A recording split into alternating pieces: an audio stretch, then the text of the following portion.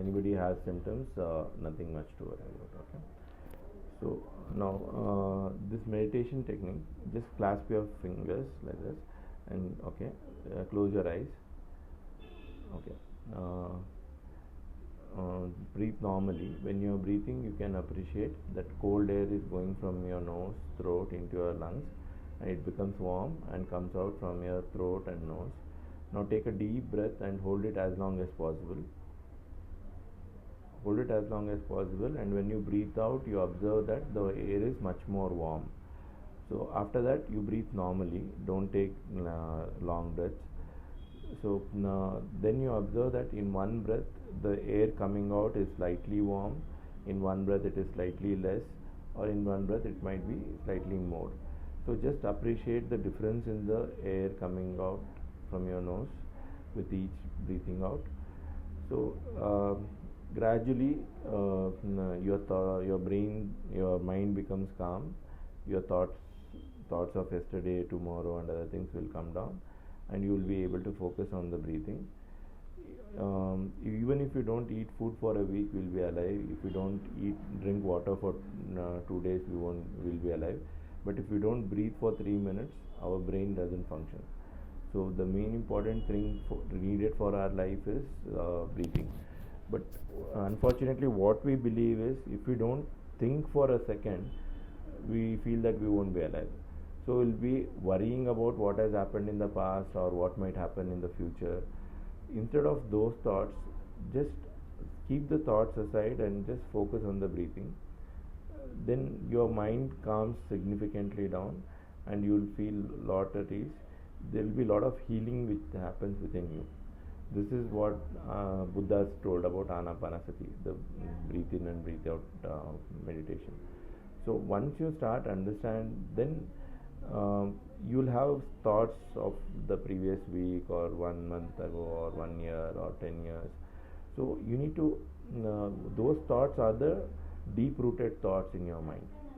Many a times the deep rooted thoughts dictate your emotion now, because it might be simple as sometimes in some childhood, some year, maybe your dad didn't give a gift for birthday.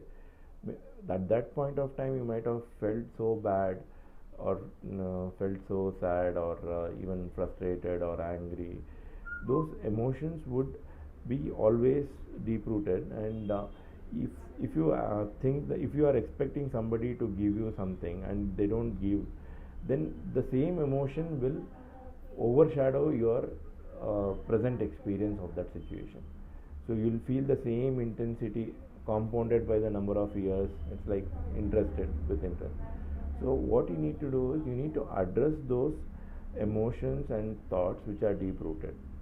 So if you try to analyze yourself and convince yourself, saying that that was a small thing, I should not be worried so much about it, I should it was I already had so many gifts, that's why he didn't get me. Or maybe he didn't have the money which I want for what gift I wanted. Whatever is the logic should ease your emotions. It's something like you're detaching your memory with the emotion. So memories will stay for life. You can't delete them. Even if you force them, they'll be coming back again and again. But your emotions can be changed, because the same emotion can cause you anger. Sometimes the same emotion can make you laugh at it, because it might be such a silly thing. So, and when you whoever is involved in whichever memory, you should discuss with them what had happened, why you felt what you felt at that point of time. Many a times you might have misunderstood them or misunderstood the situation. They will explain it to you, and you will become calm. And so many a times they might not have understood your point of view, and they might have done something based on their thinking that that is the best thing even for you. So probably when they tell that thing to you, you'll feel compassionate, empathetic about it, and you'll feel it's not necessary for you to become angry about it. So you'll forgive them itself. And sometimes they will feel bad that they did something, and they by mistake, and they might even say sorry to you or even compensate you. That might be beneficial to you. And there are some situations wherein somebody might have done something because of their greed, against your wish, against your interest. So they might still be with that same attitude that I'll do whatever I want. I don't care a damn for you. So such people, you should stand up to them. Why? Because you are suffering because of the experience, because of the memory. Just and the fact that you can't, probably you are young, you couldn't face them, or you are, I mean, something like you are a student and your teacher scolded you unnecessarily, or your sister might be overpowering you sometime.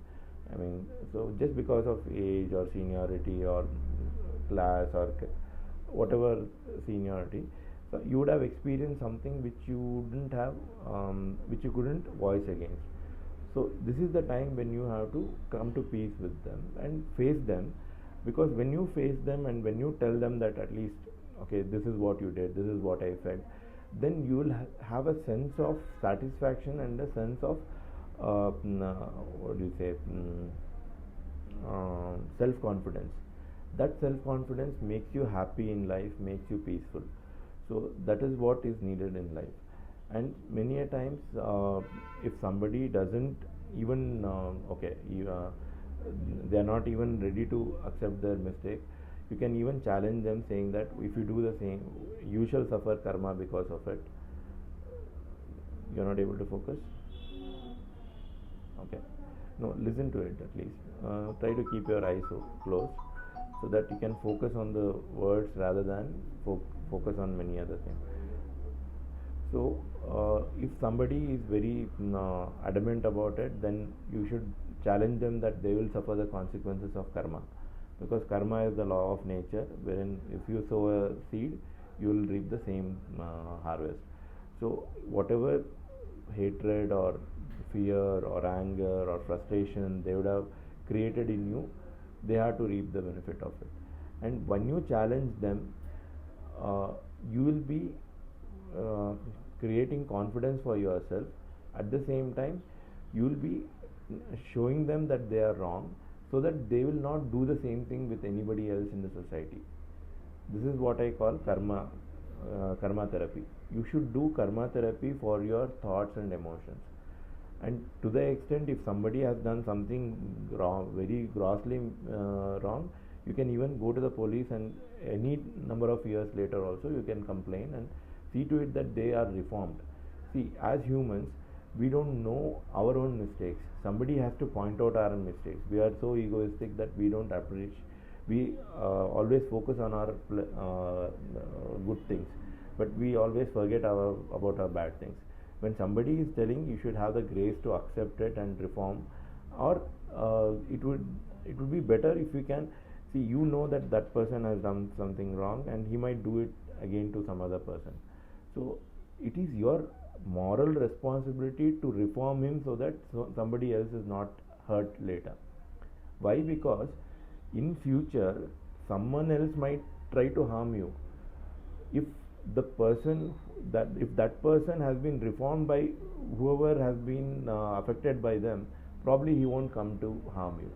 This is what is called the indirect karma of life. So we should stand up to our problems. We should face the people who have troubled us.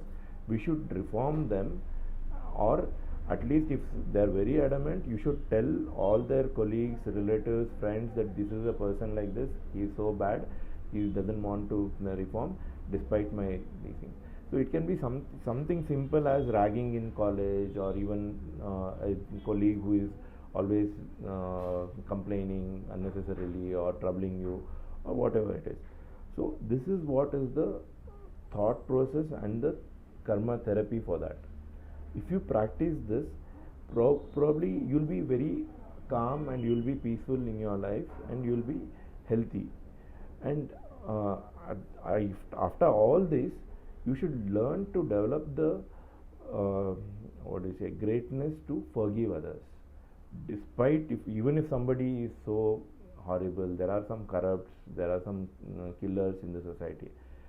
Initially I used to get so frustrated about them. I used to talk, I didn't have the courage to talk to them directly. But later when I developed the courage to talk to them, saying that what you're doing is wrong, and despite that I learned to forgive them. Why you should forgive them is because probably uh, they were in a situation which made them do that.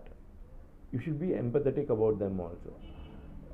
Why you should forgive others is because many a times you also would have done some mistakes. When you forgive others, you will be in a situation wherein you can forgive yourself. You will be empowered to forgive yourself. Then when you forgive yourself, then you will be much more at peace. Otherwise your own guilt will be um, troubling you and causing frustration. So when you forgive yourself, you'll develop the courage to accept your mistake. Maybe if you are courageous enough, you can go talk to them, tell them that okay, sorry I did this. You can even compensate them for whatever mistake you have done, and that would give you much more happiness in life, which no medicine, no therapy, nothing can give you.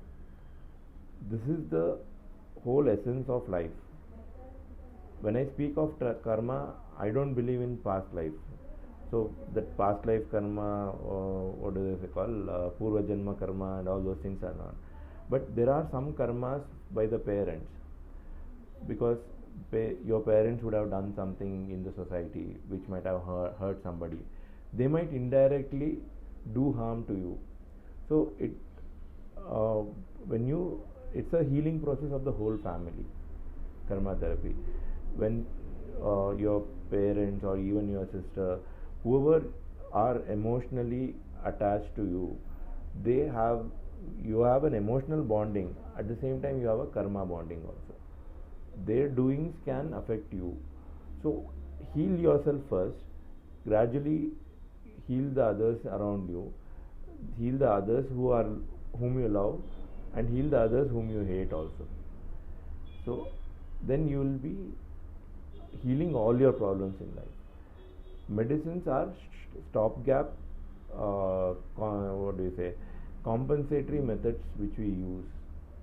The permanent lifetime treatment therapy for any problem in life, be it headache, simple thing like headache, or even too complex things like stroke, seizures, or even cancers, I will say is karma therapy.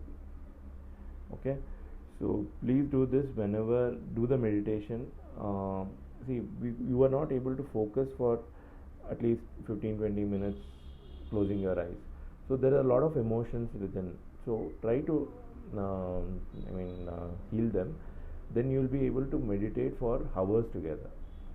So start doing this whenever you are sitting or lying down, wherever, in office or college or whatever. So gradually when you get the hang of it, you will feel a lot more ease and you will feel better. Okay.